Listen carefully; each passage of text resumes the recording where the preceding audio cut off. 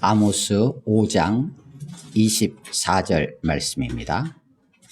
봉독은 18절부터 27절까지 봉독하겠습니다. 18절입니다. 시작.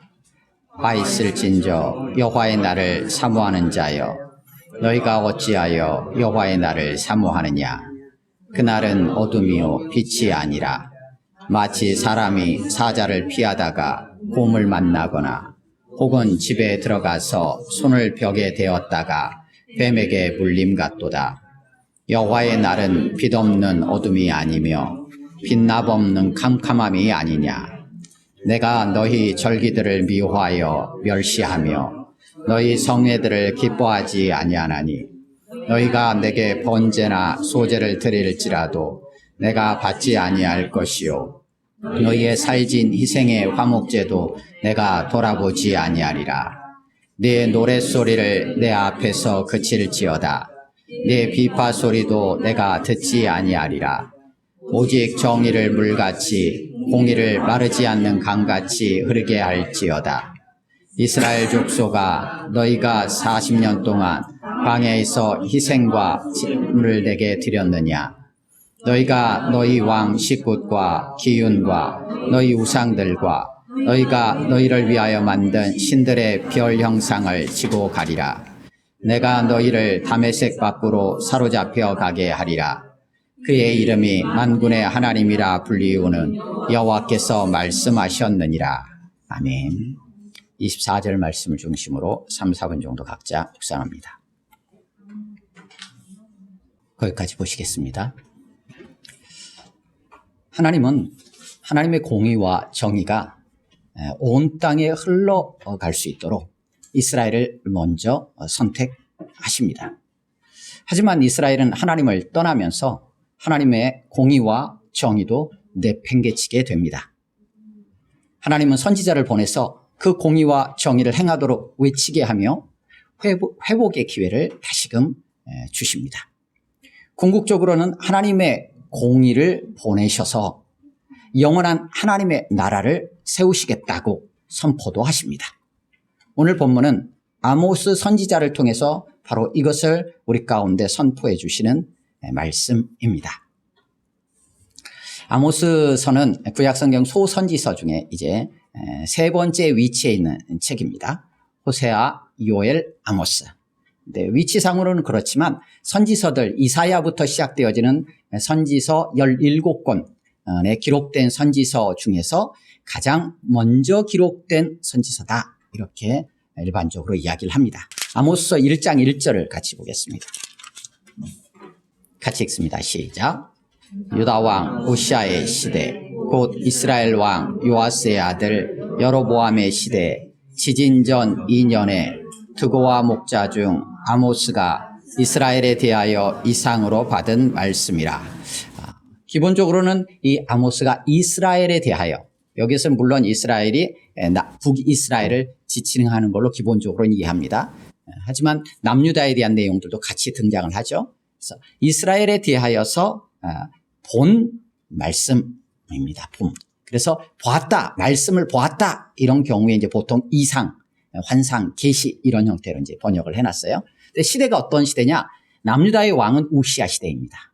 그리고 북이스라엘은 여로보암. 여기서 여로보암은 북이스라엘의 초대 왕인 여로보암 1세가 아니라 여로보암 2세입니다. 그래서 북이스라엘의 여로보암 2세 시대. 근데 그때 어떤 일이 있었느냐? 이 말씀 이후에 지진이 있었어요. 그래서 지진이 일어나기 2년 전. 그러니까 이 아모스서를 기록한 것은 이미 말씀을 선포한 그 뒤에 지진도 일어나고 그 후에 기록을 했다, 이렇게 생각을 할 수 있겠죠. 그래서 이 지진에 대한 부분은 나중에 뒤쪽에 스가랴서에서도 이 지진에 대한 언급이 있습니다. 그래서 그걸 통해서 보통은 이 아모스서, 이때 당시를 기원전 760년경쯤으로 보통 이해를 합니다. 그래서 기록된 선지서 중에서 가장 먼저 기록된, 그리고 아모스서 다음에 등장하는 선지자가 호세아. 그래서 다 이사야, 미가 다 동시대의 선지자, 이렇게 이해를 할 수 있습니다. 그런데 이 아모스는 드고와 목자다, 이렇게 기록되어 있어요. 1장 1절에. 드고아라는 지역이 있어요. 그러니까 남유다에 속해 있는 지방입니다. 그래서 예루살렘으로부터 이제 남쪽으로 한 15km 정도 내려가면 있는 지역이 드고아예요. 근데 해발 한 800m 이상 되는 위치에 형성되어 있었던 그런 도시, 성읍, 또 요새 이렇게 보통 이야기를 합니다. 거기에서 이 아모스는 목자로 있었고 또 뽕나무를 재배했던 인물로 이해를 합니다. 그러니까 자기 생활에 있었던 그냥 일상적인 삶을 살아갔던 인물이에요. 근데 하나님께서 특별히 그를 부르셨어요.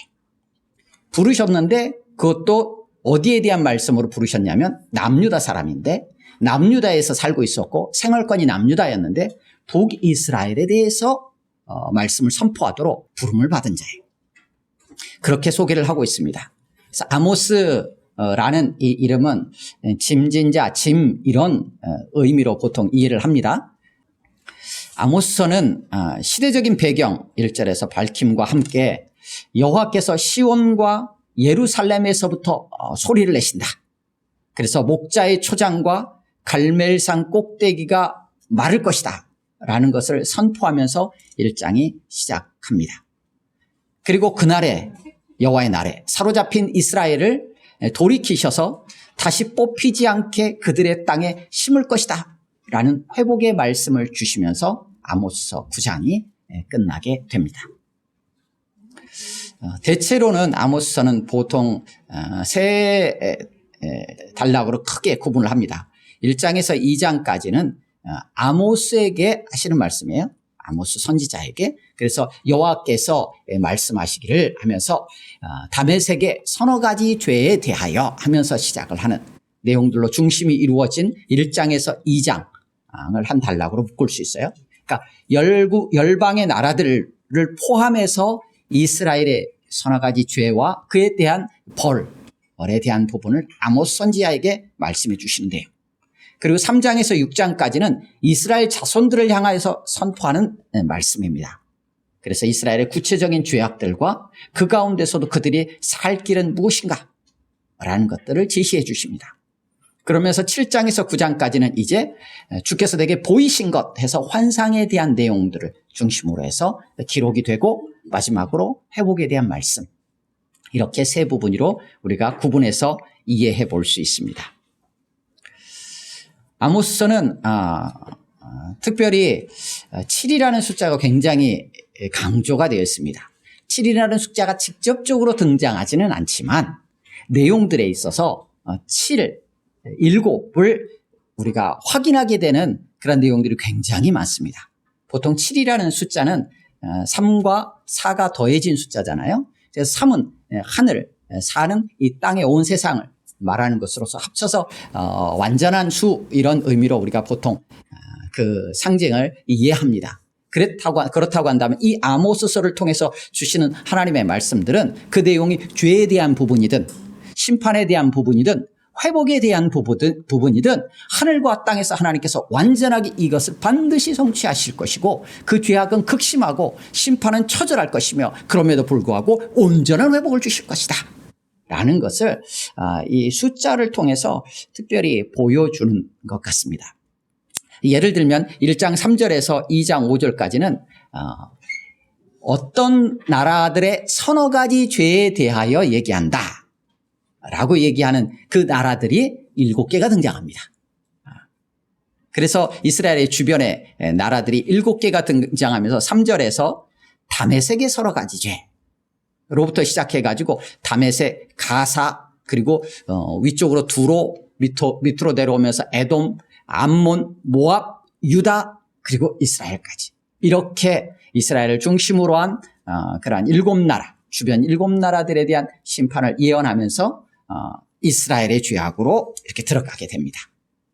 그래서 서너 가지 죄, 왜 하필이면 서너 가지 죄라고 했을까 했을 때도 3과 4가 더해지면 7이라는 숫자가 나오거든요. 그래서 세넷이라는 의미로 단순히 제한되는 게 아니라 그것을 통하여서 그들의 죄악이 얼마나 꽉 차 있는가라는 것들을 지금 보여주시려고 하는 것 같습니다. 뭐 그런 부분들이에요. 그리고 2장 6절에서 8절까지에도 보면 이스라엘의 죄악들이 등장하는데 여기에도 그 죄의 목록들이 7가지가 등장을 합니다. 2장 6절에서 8절까지 한번 읽겠습니다. 시작. 여호와께서 이와 같이 말씀하시되 이스라엘의 서너 가지 죄로 말미암아 내가 그 벌을 돌이키지 아니하리니 이는 그들이 은을 받고 의인을 팔며 신앙결례를 받고 가난한 자를 팔며 힘없는 자의 머리를 티끌 먼지 속에 발로 밟고 연약한 자의 길을 굽게 하며 아버지와 아들이 한 젊은 여인에게 다녀서 내 거룩한 이름을 더럽히며 모든 제단 옆에서 전당 잡은 옷 위에 누우며 그들의 신전에서 벌금으로 얻은 포도주를 마심이니라. 이스라엘의 죄악들을 이렇게 7가지로 이렇게 제시를 하면서 그 죄악들이 얼마나 사방으로 꽉 차 있는가, 하늘에까지 미쳤는가라는 것들을 생각하게 합니다. 그리고 하나님께서 심판을 하실 때 하나님의 그 심판을 피할 수 없다라는 것들을 강조하는 장면에서도 7가지를 표현합니다. 2장 14절에서 16절입니다. 같이 읽겠습니다. 시작.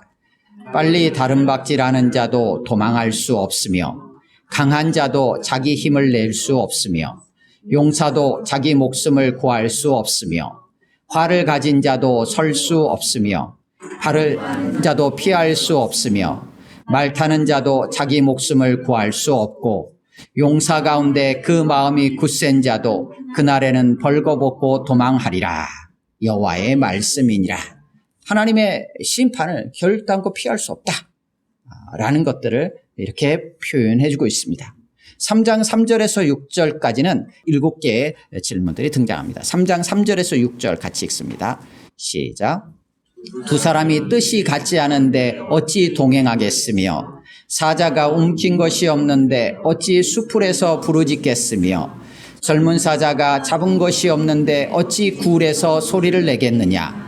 덫을 땅에 놓지 않았는데 새가 어찌 거기 치이겠으며 잡힌 것이 없는데 덫이 어찌 땅에서 튀겠느냐. 성읍에서 나팔이 울리는데 백성이 어찌 두려워하지 아니하겠으며 여호와의 행하심이 없는데 재앙이 어찌 성읍에 임하겠느냐. 이런 형태로 해서 계속적으로 반복해서 7가지의 모습들을 등장합니다. 오늘 우리가 함께 읽은 본문에도 나타납니다. 5장 21절에서 23절입니다.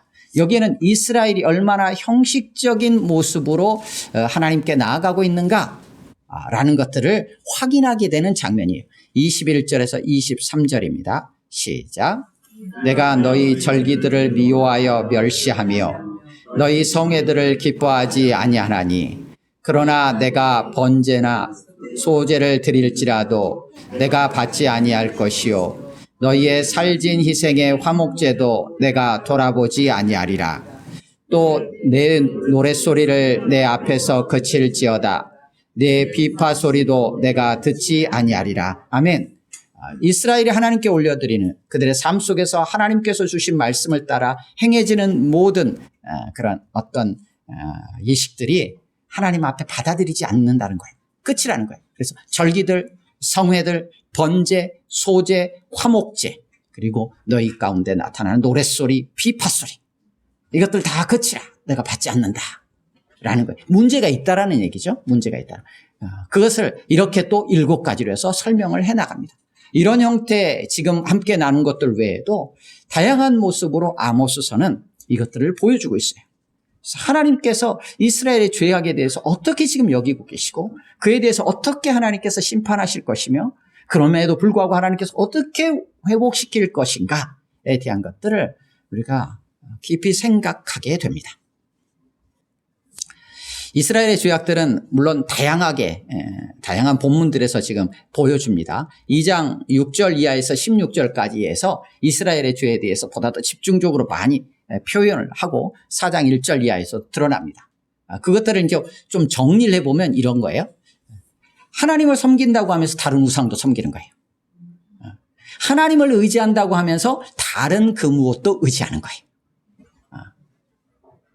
이것은 이제 혼합 종교의 모습이고 형식적인 제사의 모습들이에요. 이게 이제 이스라엘의 죄악의 모습들이었어요. 그런 모습들 속에서 이들 안에 나타났던 건 또 뭐냐면 정의와 공의를 버렸다는 거예요.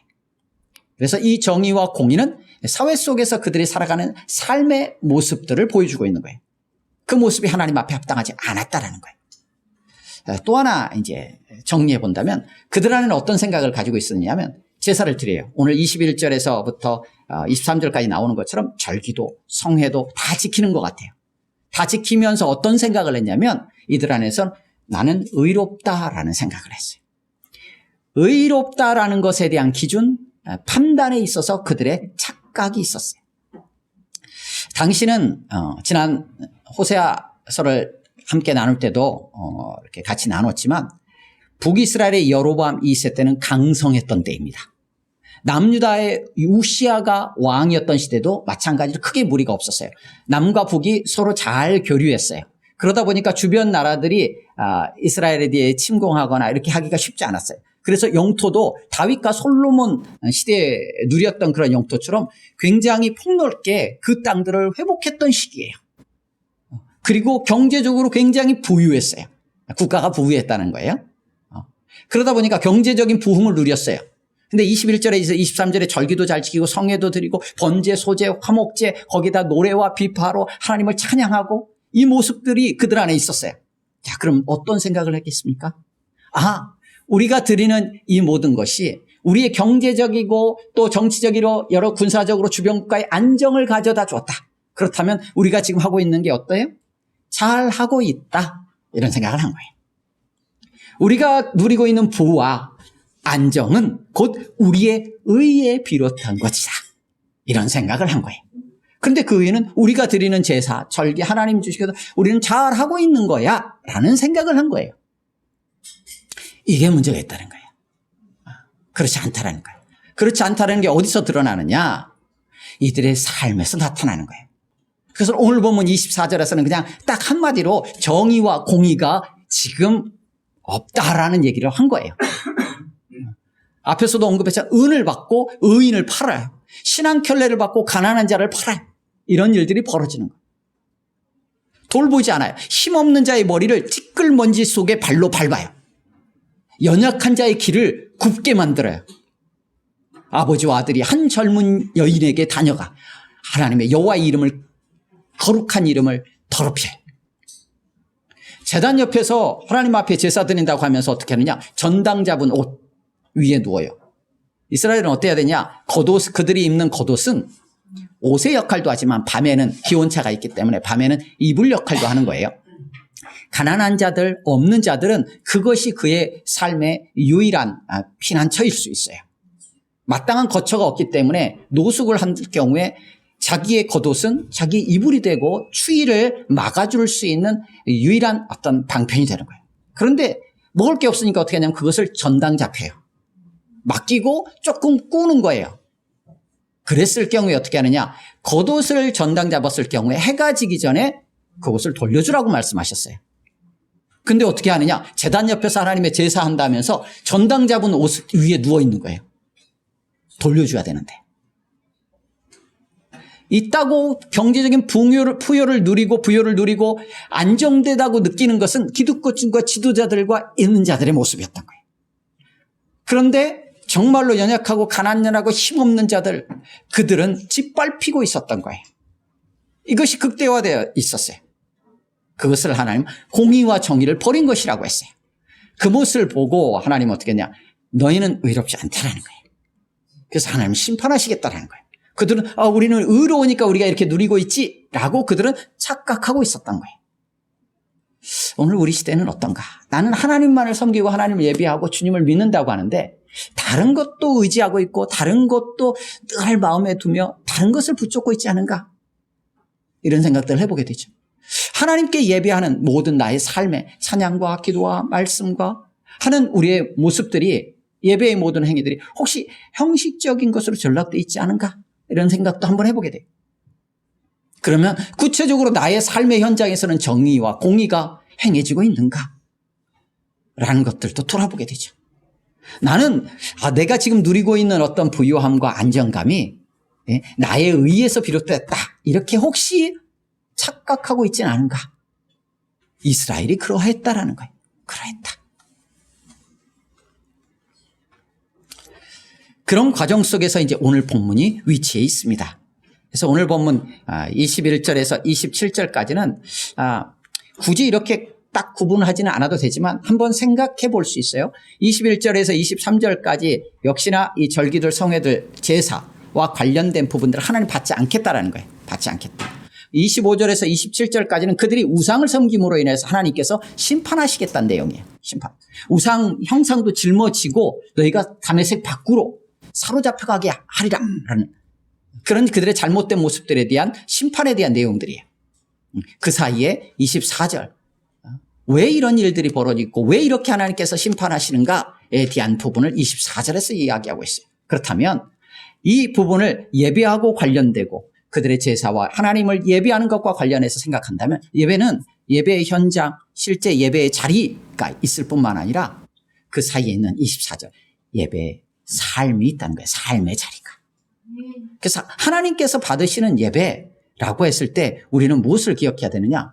삶이 함께 되어지는 진정한 예배예요. 이것을 로마서 12장 1절에서는 이렇게 우리 가운데 말씀하십니다. 내가 사도 바울을 통해서 주시는 말씀. 내가 하나님의 모든 자비하심으로 너희를 권한다. 너희 몸을 하나님이 기뻐하시는 거룩한 산 제물로 드리라. 이게 너희가 드릴 영적 합당한 예배다.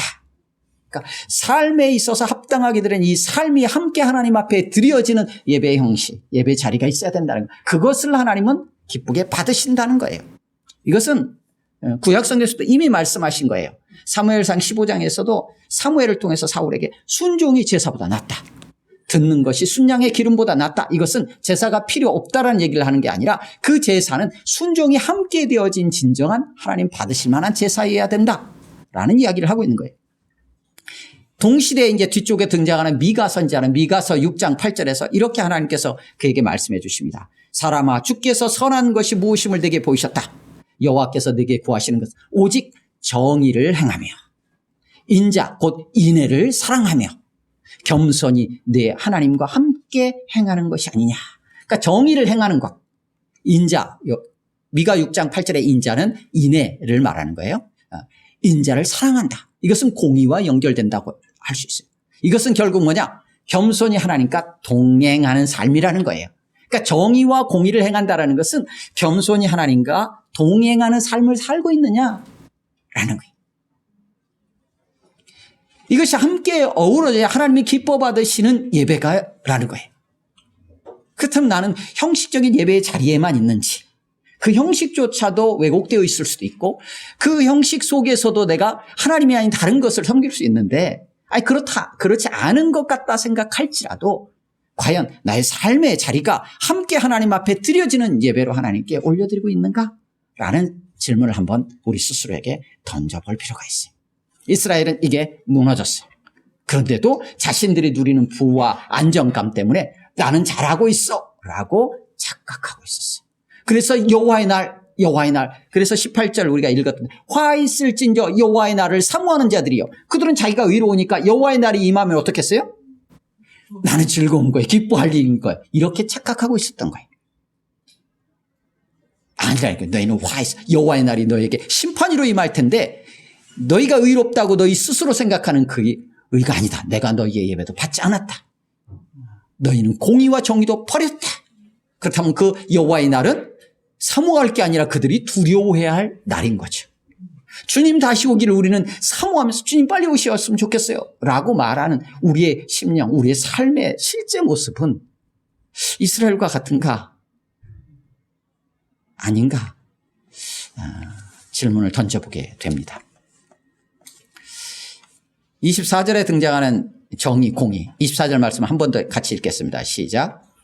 오직 정의를 물같이 공의를 마르지 않는 강같이 흐르게 할지어다. 아멘. 개역 성경 예전에는 오직 공법을 물같이 정의를 하수같이 흘릴지어다. 이렇게 번역을 했었는데요. 이게 좀 바뀌었어요. 그래서 정의, 공의 이게 막 사실은 우리 한글 번역에도 섞여 있어요.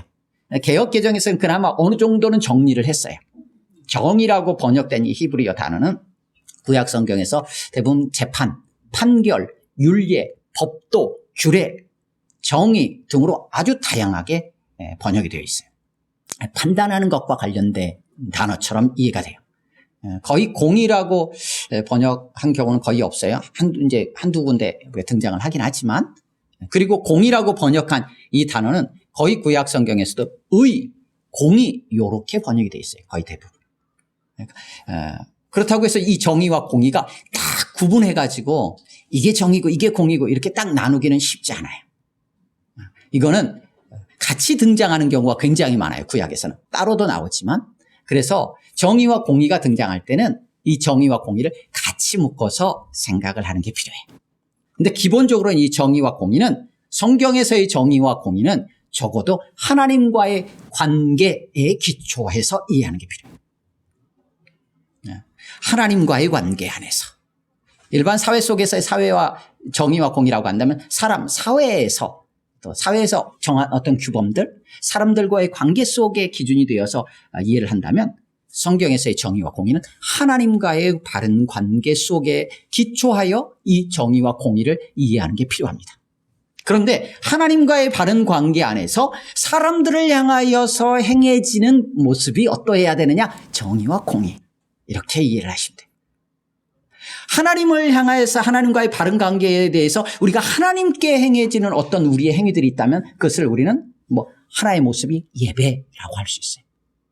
그런데 이것이 하나님께서 오늘 본문을 통해서도 나타나지만 사람들을 향하여 우리가 살아가는 삶의 자리 속에서 그것이 나타나야 된다는 거거든요.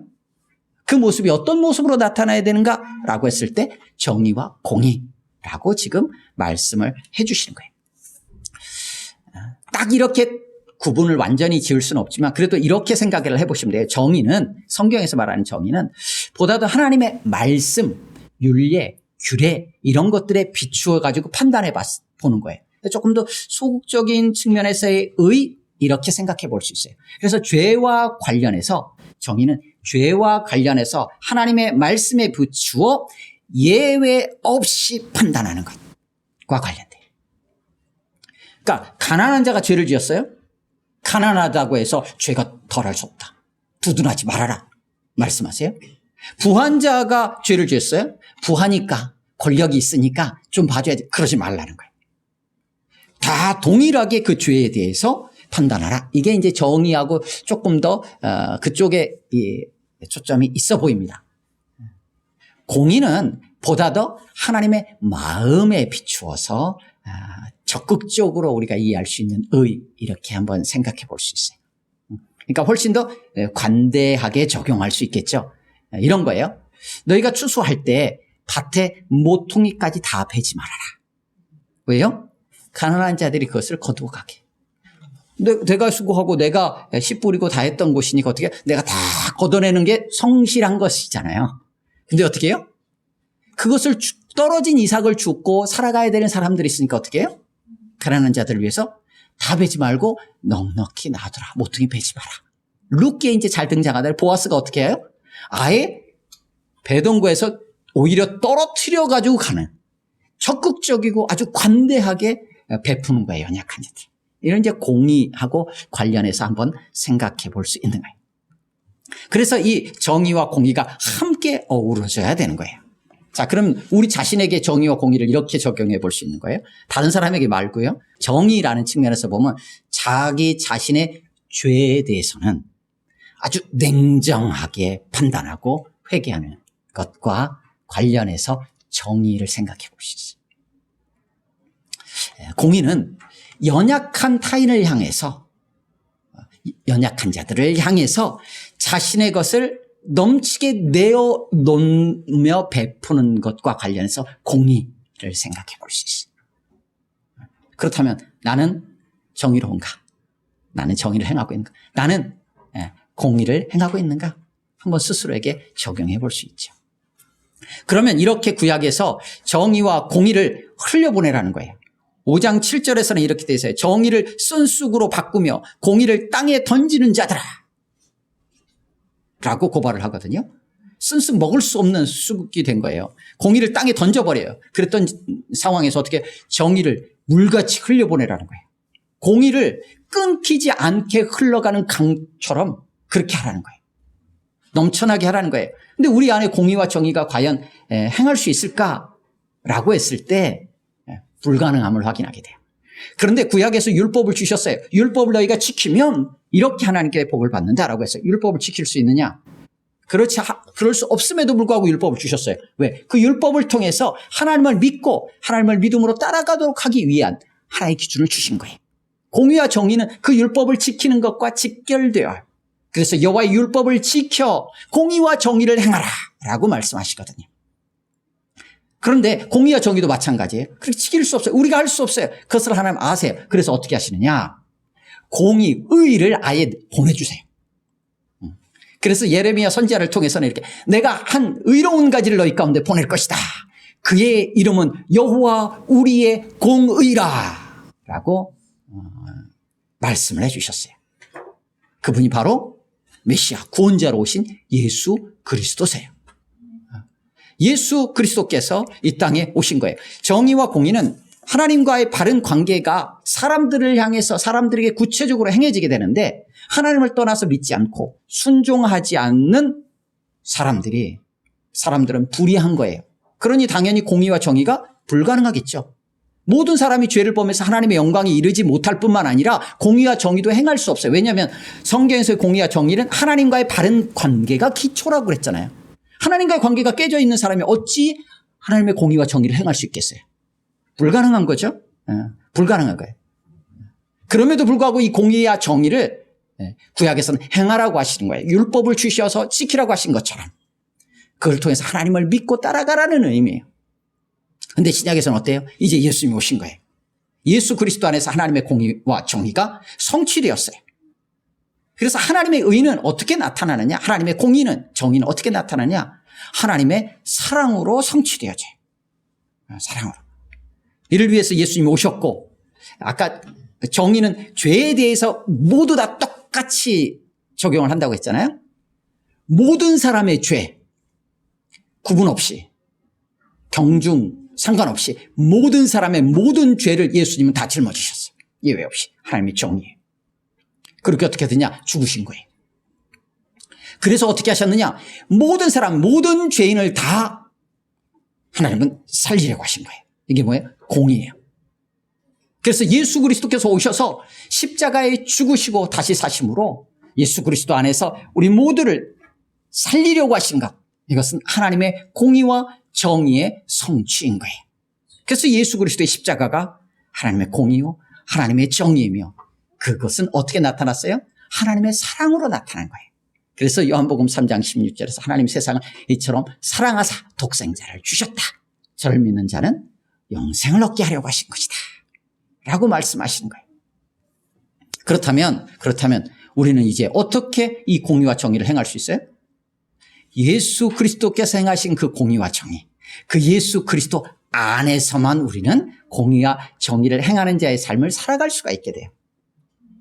어떻게 해요? 주님을 따라가는 삶인 거예요. 나의 의를 행하는 삶이 아니라 예수 그리스도의 의를 믿고 그 의를 힘입어서 우리가 의롭게 되었기에 우리를 그 예수님께로 인도하시는 성령님의 인도하심을 따라서 삶을 살아가는 거예요.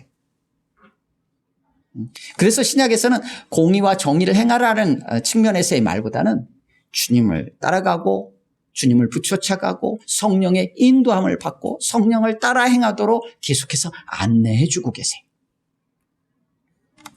말씀을 정리하겠습니다.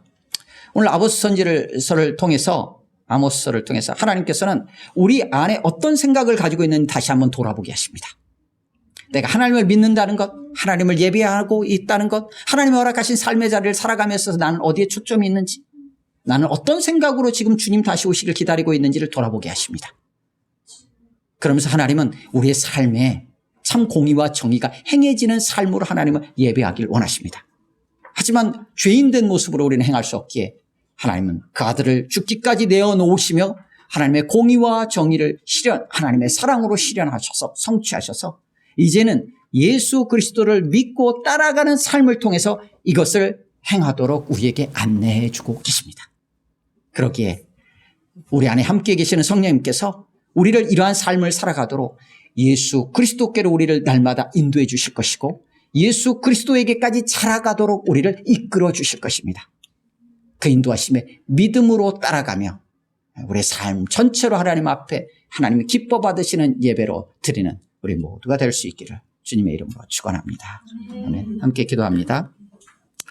말씀을 기억하면서 또 우리의 삶의 자리들을 돌아보면서 우리의 연약함들도 다시 한번 되돌아보면서 주님 앞에 돌이켰으면 좋겠고 주님 앞에 합당한 모습으로 믿음으로 걸어가는 삶의 여정이 될 수 있도록 성령 하나님 도우시고 인도해 달라고 우리 합심으로 같이 기도했으면 좋겠고 여러분 주변에 여러분의 정의와 공의가 행해져야 할 그런 이웃들이 있습니까?